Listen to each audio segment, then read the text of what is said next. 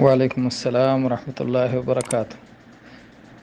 نبی صلی اللہ علیہ وسلم نے جب اپنے نبی ہونے کا اعلان کیا تو دنیا دو حصوں میں بٹ گئی۔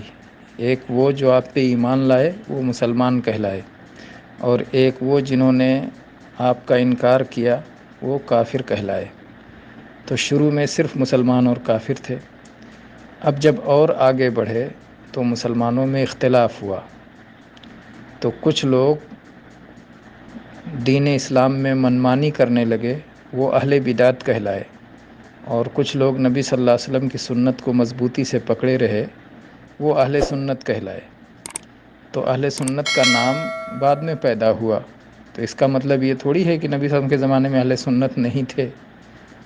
نبی صلی اللہ علیہ وسلم کی جو پیروی کرے، یعنی مسلمان بھی تھے، اہل سنت بھی تھے۔ اہل بدعت چونکہ بعد میں پیدا ہوئے، اس لیے نئے نام کی ضرورت پڑی، جس سے وہ بھی مسلمان اپنے آپ کو کہتے ہیں، یہ بھی مسلمان اپنے آپ کو کہتے ہیں۔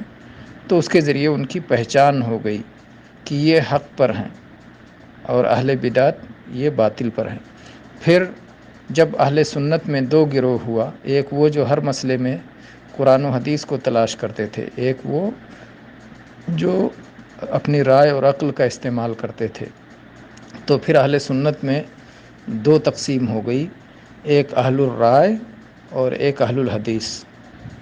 تو اس کا مطلب تھوڑی کہ اہل الحدیث پہلے سے نہیں تھے۔ نبی صلی اللہ علیہ وسلم کے لائے ہوئے قرآن و حدیث پہ جو بھی عمل کیا وہ ہمیشہ اہل الحدیث تھا، تو اسی وقت سے اہل الحدیث تھے، لیکن یہ نام بعد میں پڑا۔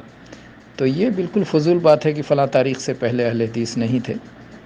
نبی صلی اللہ علیہ وسلم نے جب اسلام کی دعوت پیش کی اور آپ نے لوگوں کو قرآن سنایا اور اپنی حدیث سنائی، تبھی سے اہل حدیث ہیں، اور یہ بالکل جہالت پھیلانے والی بات ہے۔ اللہ تعالی ہم سب کو صحیح سمجھ دے، آمین۔